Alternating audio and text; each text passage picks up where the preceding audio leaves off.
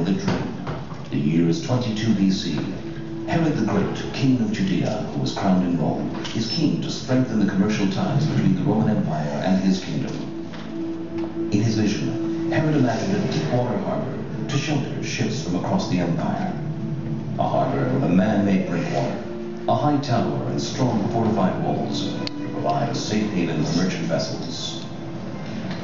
This was a revolutionary project, ambitious in scale and unique in the region. His dream Herod named Caesarea.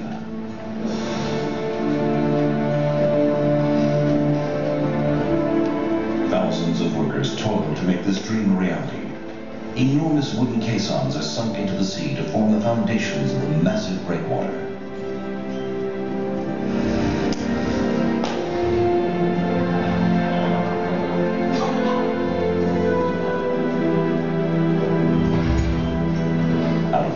Sands, born both of skill and pioneering engineering techniques, the harbor is taking shape.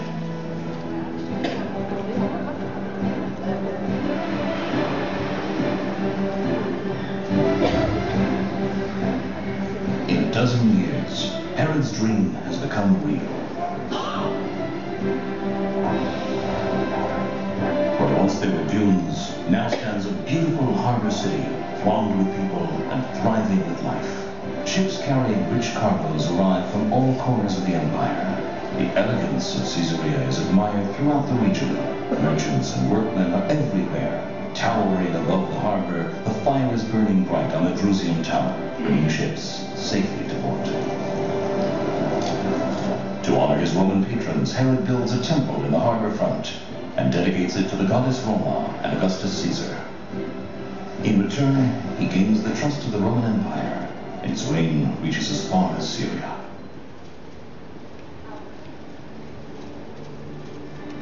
After Herod's death, his heirs failed to step into his shoes, and his charismatic presence and tough regime are no more. His successors fade into the mists of time, and the Roman hold on Caesarea grows stronger.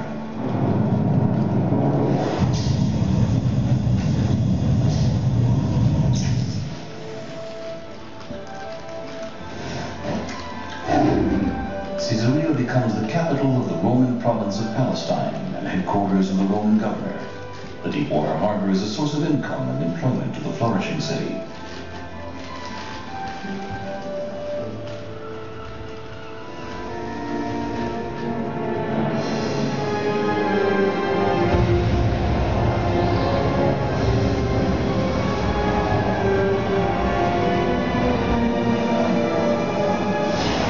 Storms and earthquakes damage the breakwater and the fortified walls.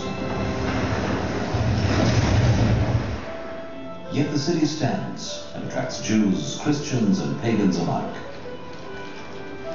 A Jewish community develops in Caesarea and becomes one of the most dominant in the land. Its centers of education and knowledge draw numerous scholars. Many entertainment venues are established in Caesarea. Theater plays and horse races draw huge audiences.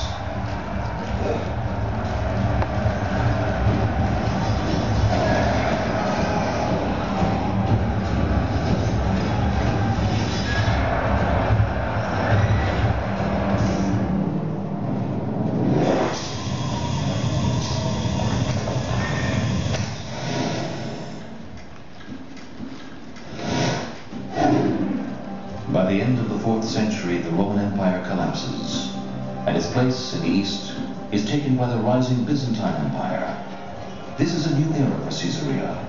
Better fortified walls are built to surround it. The gladiators' games are banned, but chariot races continue to entertain the citizens and their guests. Prosperity is everywhere. The markets are abundant with fine olive oil and wines, and trade is flourishing.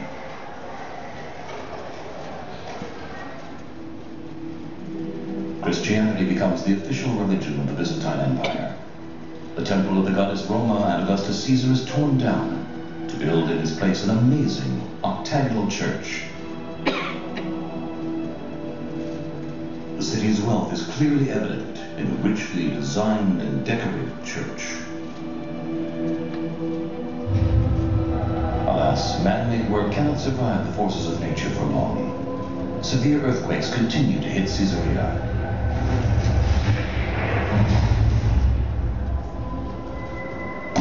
Gradually, the breakwater's foundations deteriorate and the harbor is flooded.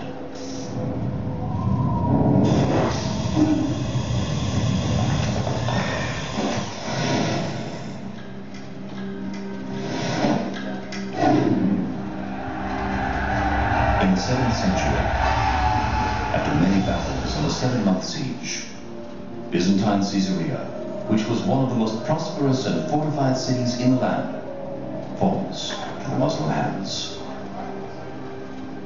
A mosque with a magnificent arcade facing the sea is built where the Roman temple and the Byzantine church once stood. When the city's great harbor finally yields to earthquakes and storms, Caesarea becomes a sleepy town and its ruins turn into marble quarries.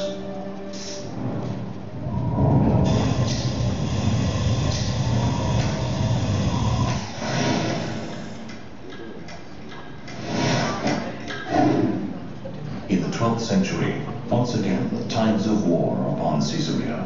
European crusaders invade the land, hoping to conquer the Christian holy cities. From the struggle of war, Caesarea emerges to be rebuilt. A new quay is built in the harbor, and impressive crusader walls surround the reviving city. For 200 years, the wars between Muslims and crusaders have shattered the Holy Land. It is the year 1265. An immense and powerful Muslim army is approaching Caesarea's walls, led by the Mamluk Sultan, Baybars.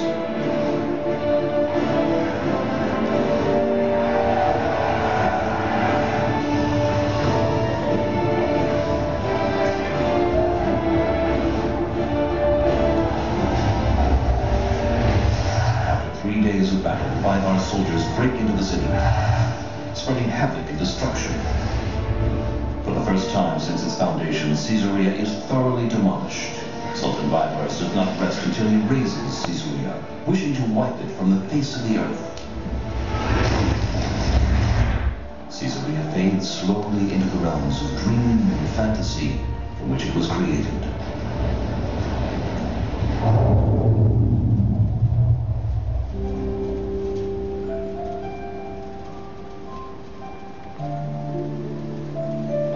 But the legend of Caesarea does not end here.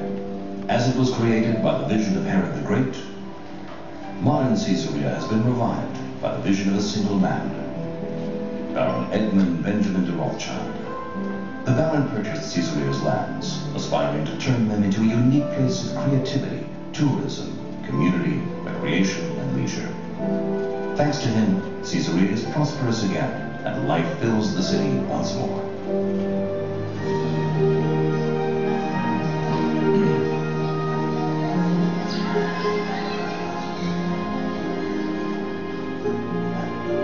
Today, Caesarea combines an industrial research and development park, a leading community, together with some of Israel's most beautiful tourist sites.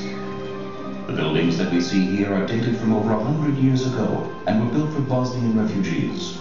But their foundations were laid precisely where once stood the Roman Temple, the Drusian Tower, and the ancient walls of Caesarea.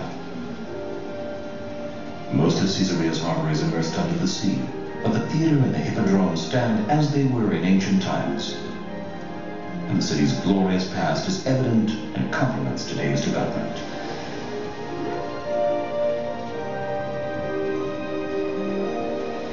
Thus, through thousands of years, Caesarea stands, a city made from dreams.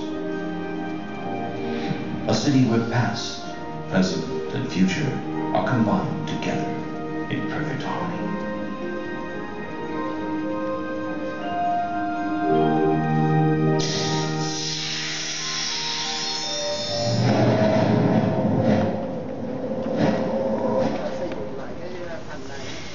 We found a stone with an inscription on it, very interesting. Chúng ta kiếm được cái cục đá này với cái những chữ khắc rất là đặc biệt.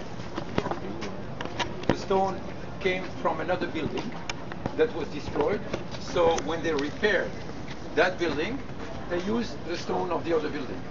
cục đá này nó từ một cái nhà khác, và khi người ta chữa là cái thành này thì người ta xài đá, thì cái đó họ mang qua đây họ sẽ sử dụng. So, from the inscription, we can know what was the building that was destroyed. It was a temple, a Roman temple. Và dựa vô cái chữ khác vô thì mình biết được cục đá này nó từ một cái đền thờ khác người ta mang vô đây, người ta đắp vô. And we can read, you know, most of the inscription is broken, but we can read enough here. T-I-B-E-R-I-E-U-M means Tiberium, which means the temple to Tiberius. Tức là cái chữ đầu đó Tiberium thì mình đọc mình hiểu được là nó là cái đền thờ cho Tiberius. And so it was a temple dedicated to the emperor Tiberius. Tức là cái đền thờ cho ông vua Tiberius của người La Mã. And second line is even more interesting. You can see I-U-S-P-I-L-A-T-U-S, which is the end of Pontius Pilatus. Cái hàng thứ nhì đó là cái chữ cuối cùng của Pontius Pilatus, là ông Pilatus trong Thánh Kinh sự Chúa đó. And third line, we can see E-C-G-U-S-I-U-D-A, which is the end of Prefectus Judea, the prefect or the governor of Judah. Cái hàng thứ ba là những chữ cuối cùng của nói là cái của cái vùng đất này là của Judea. No, we understand everything. Pontius Pilate, the governor of Judea, built a temple to his emperor, the Tiberius. Ra mình đọc cả ba hàng chữ thì mình biết được đây là của ông Pilatus, là tổng đốc của cái vùng này, xây cái đền thờ cho ông vua La Mã là ông Tiberius. You might ask me, we know that Pontius Pilate was a governor at the time of the emperor Tiberius, okay, and what else? And he was in Judea, and he lived, of course, in Caesarea. We know that from the New Testament.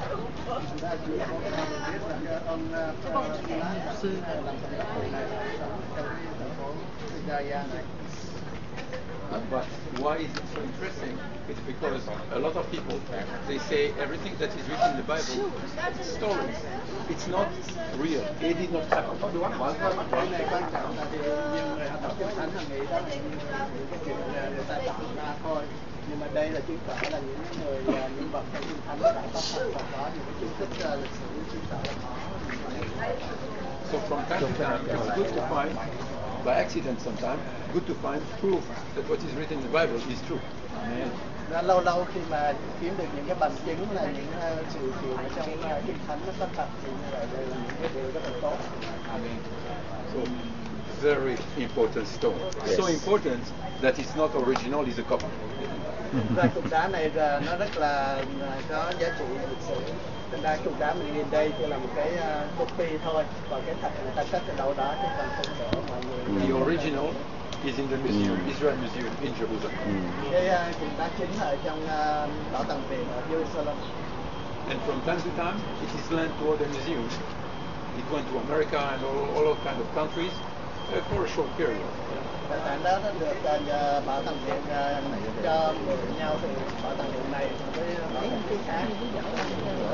Đó, bảo tàng viện lớn trong thế giới. Cái cách suy nghĩ nào làm sao? They knew the people they have basic needs. Và họ biết là dân chúng có những cái nhu cầu căn bản. Food and entertainment. Đồ ăn và giải trí. And they had a sentence in Latin, panem et circenses, which means bread and circus.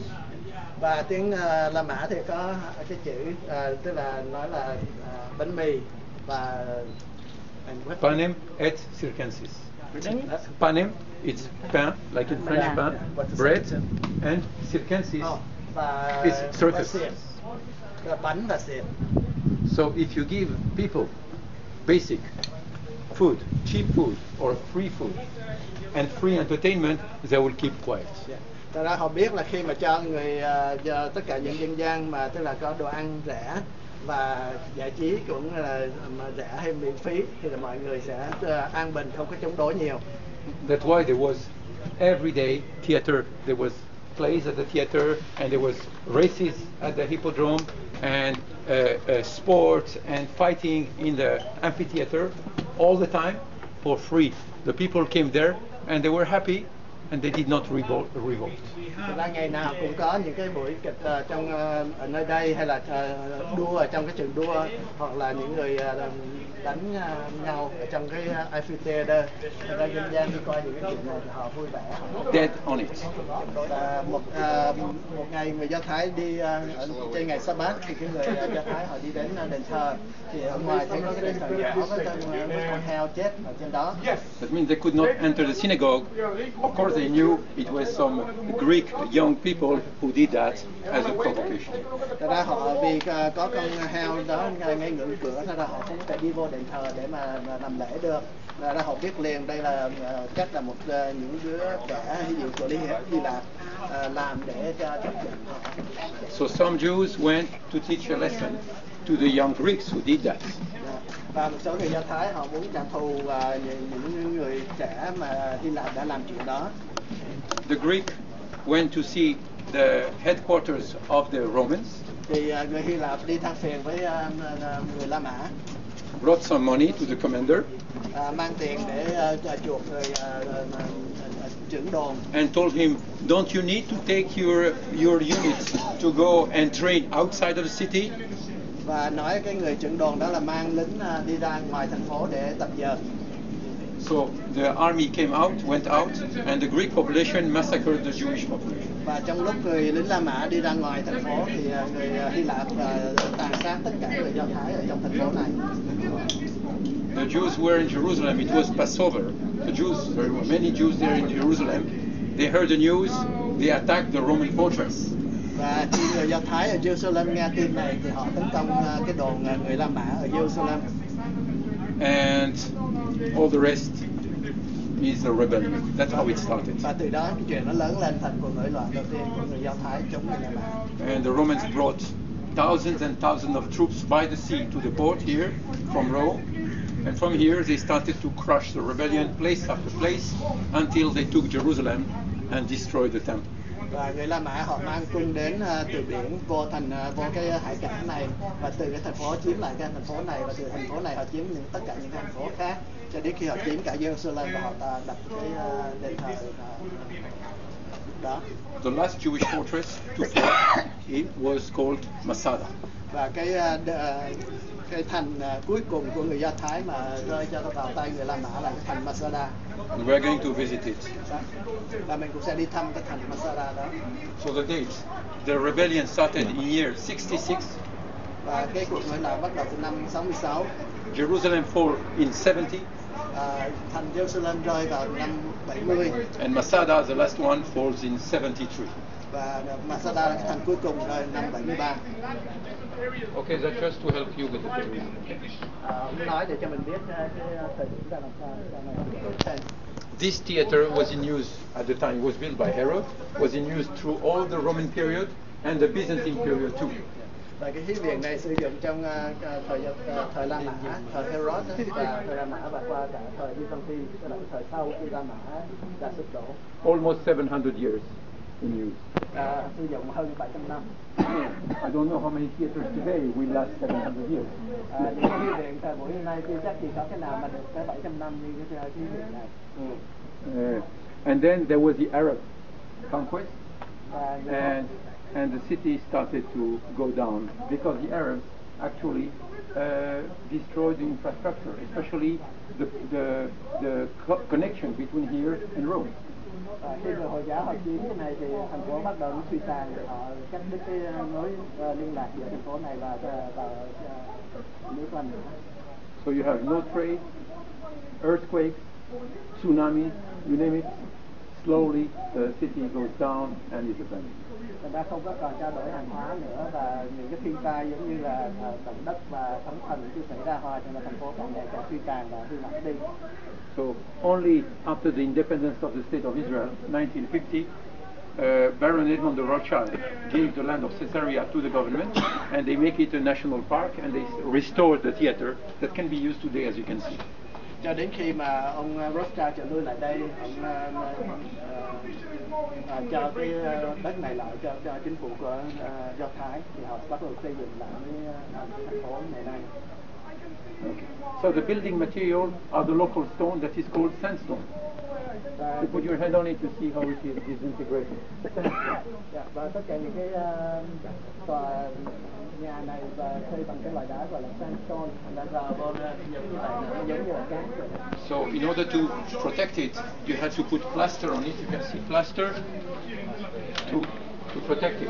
But if the plaster is not kept, slowly it breaks and the stone start to get damaged. Và nếu mình nhìn thấy cái đá này nó lộn không thấy, nó muốn cho nó lại cái plaster là hồ để lên, và nếu mà mình phải đi rửa hoài, nếu nó đi rửa bắt đầu nó lan lại.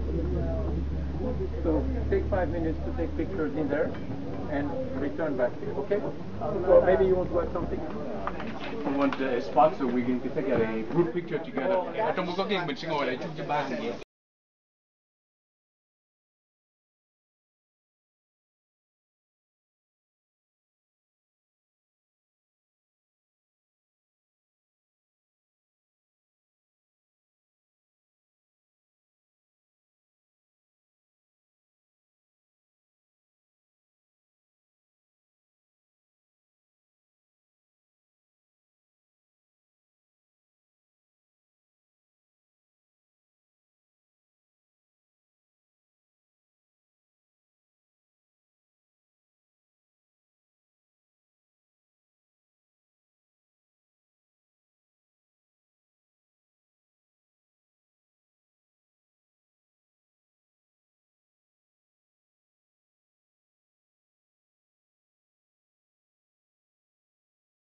Phải nói là người Do Thái từ đó dưới sự lãnh đạo của hoàng đế của đế quốc dưới thời Đức Quốc La Mã mà hoàng đế Herod đã làm được điều này, phải nói là phi thường. Nhìn thấy thành phố Yafo là phía bắc của thành phố Caesarea, chúng ta đi ngang qua đây thì là dãy núi Cọt-nây, và chúng ta sẽ đến cái đỉnh núi Cọt-nây nơi tiên tri Eli chạm trán với 450 tiên tri. Right now we are passing in a valley between two villages.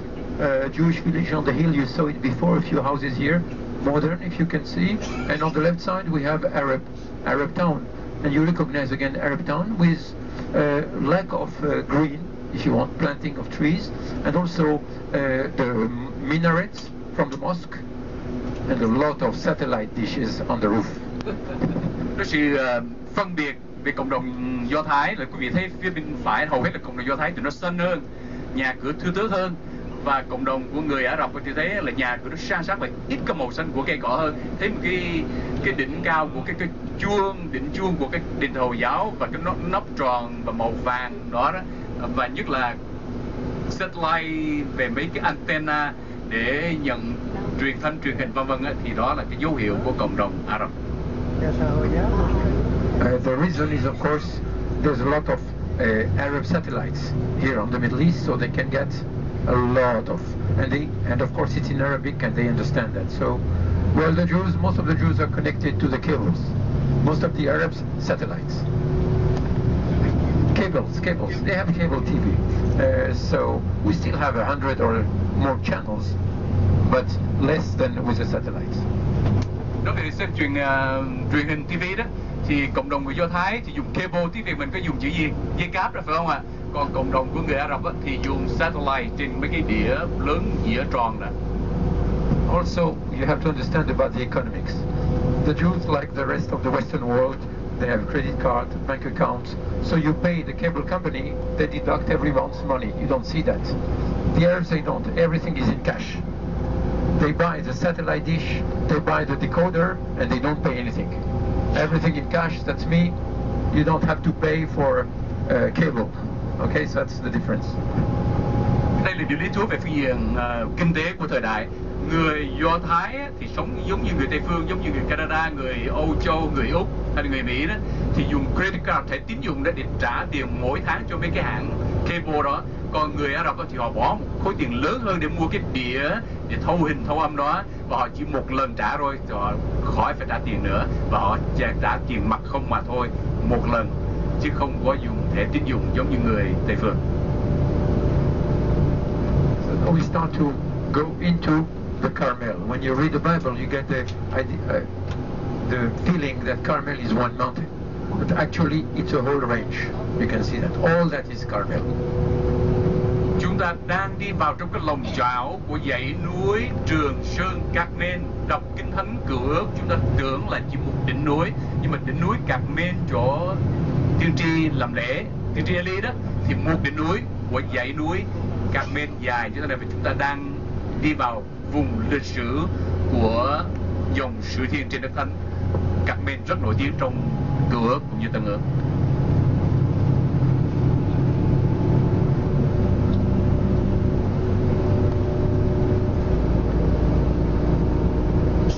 Và nếu hái mà ăn liền thì nó đắng lắm, nó chát, nó đắng, nó khó chịu ăn, nhưng mình phải qua nhiều cái mức độ tinh xịt để gặn lọc lại để có thể ăn được nhiều dầu, để sử dụng nhiều thứ làm chất ăn và dầu, và dầu để được sức dầu đó cho vua, cho các người hầu vị Chúa thì cũng đi từ cái olive này. Look at the young man on the right side. He's dressed very specially. Don't show with your hands. Cái ông mặc đồ đen đây, một cái mũ trắng, chúng ta nhìn thấy, chúng ta sẽ thấy nhiều người như vậy. He's dressed a traditional dress of a population here of this town that are called the Druze. D-R-U-Z-E. Druze. Những người đó là ở trong cái vùng này là người Druze, họ là đặc biệt như vậy. Cái vùng này nhiều nhất tập trung ở đây và họ ăn mặc như vậy, đó là nhất là người đàn ông. The Druze are Arabs, ethnically speaking, but their religion is a Druze religion. It's a secret religion. Họ là người Ả Rập giống như đa số người Ả Rập khác, nhưng mà cái đó là nói về cái sắc dân là chung như người Ả Rập, nhưng mà cái tôn giáo của họ là tôn giáo Druze, là có một cái tôn giáo bí mật thân học mà tôi sẽ giải thích sau đây. You can see also people are living well in these houses. Look at the beautiful houses. So it's different from a regular Arab Muslim place. Người Druze họ sống giống như những người Ả Rập khác, nhưng mà nhà của họ giàu có hơn, họ trồng cây xanh nhiều hơn, và nhà họ sang trọng hơn những người Ả Rập Hồi giáo khác. So sometimes you might ask if this is a religion that is creating the social differences or not. But who knows? Anyway, the Druze, they left Islam 1,000 years ago, and they created another religion completely separate from Islam. The Muslims were not happy with that, so they started to persecute them. So they fled and they came to the mountains in this area, in Israel and in Syria and Lebanon, where you find them still today. Người Druze này á, chưa có chữ dịch trên tiếng Việt, mà trong tiếng Anh cũng dùng chữ người Druze này. Họ là người Ả Rập, và hồi trước họ cũng là Ả Rập Hồi giáo, giống như cộng đồng chung của Ả Rập Hồi giáo đấy. Nhưng khoảng 1.000 năm trước đây thì họ tách biệt ra, họ có cái loại tôn giáo mới bí mật như thế này, thì họ bị tăng trưởng và bị khủng bố rất là nhiều, đánh tàn hại, cho nên họ trốn tránh, họ lên những vùng đồi núi, giống như là họ tập trung những vùng đồi núi, cho nên là người Druze. So it's a secret religion. I can tell you only that they believe in one God. They believe in reincarnation. They believe when a Druze dies, his soul immediately comes into a newborn baby Druze. Okay? It has to be Druze all the time. And that's what they believe in. Among other things. So there's no Druze cemetery. They bury the dead in the field, and that's it. They don't put a name, because they believe that just the shell, the soul is already alive in some other body. Cái này điểm lý thú về người Druze, quý vị. Họ 3 điểm về đặc biệt của họ là thứ nhất á, là họ tin Đức Chúa Trời, Đức Chúa Trời của người Hồi giáo nha. Và điểm thứ hai á, là họ tin là có luân hồi, giống như Phật giáo, tức là chết đi thì sẽ đầu thai liền, chết là đầu thai liền, vì lý do họ tin có Đức Chúa Trời của họ, giống như người Hồi giáo có đầu thai, chết rồi cho nên họ chôn liền bất cứ chỗ nào đó, không làm mồ mã gì cả, dồn tiền ra, bởi vì sao? Nó chỉ là cái vỏ thôi. Họ đầu thai trở thành một nhân sinh khác hay là một thú vật khác, cho nên không có nghĩa trang gì cả. Đó là người Druze. So in order to keep the secret about their religion, first they don't allow anybody to convert. You have to be born Druze from the two parents in order to be a Druze. They don't try to convert, they don't want any conversion, first thing. And secondly, they also, their society is divided into two. You have those who know. Cọt-nây của núi Cọt-nây mà nơi đó tiên tri Eli chạm trán với 450 thầy tế lễ ban. So what we want to do here is to go on the roof of that monastery to have a view of the valley of Jezreel, talk about the Carmel, and talk about the miracle of Elijah. That's why we are coming here. Cho nên chúng ta sẽ đi tập thể, đi chung với nhau để nghe lời hướng dẫn, rồi chúng ta sẽ có thời giờ chụp hình. Chúng ta lên trên cái đỉnh núi của cái chủng viện Công giáo ở đây, và cái đỉnh cao nhất mà người ta tin là đây cái địa điểm mà tiên tri và dân một kỳ lễ. Thì đây là điều chúng ta cần nhớ với nhau được không? Về nào chụp hình được, chúng ta về trao đổi. Tôi sẽ nói về vấn đề email sau đó. Mình trao đổi để người nào cũng có được những tấm hình giá trị mà chính mình không có, mình trao đổi cho nhau. Quý vị nghe ý đó vừa lòng không? Ok, rất vừa lòng. Và chỉ có một số người vừa lòng, của những người khác không vừa lòng thì chúng ta sẽ không cho họ hình ảnh gì cả.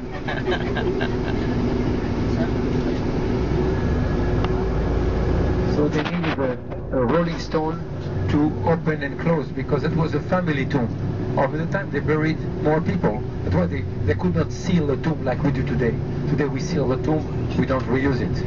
But when you had a family tomb, you needed to open and close. Quý vị biết tại làm sao mà có cái cửa miệng bằng tròn như cái nia đó hay không?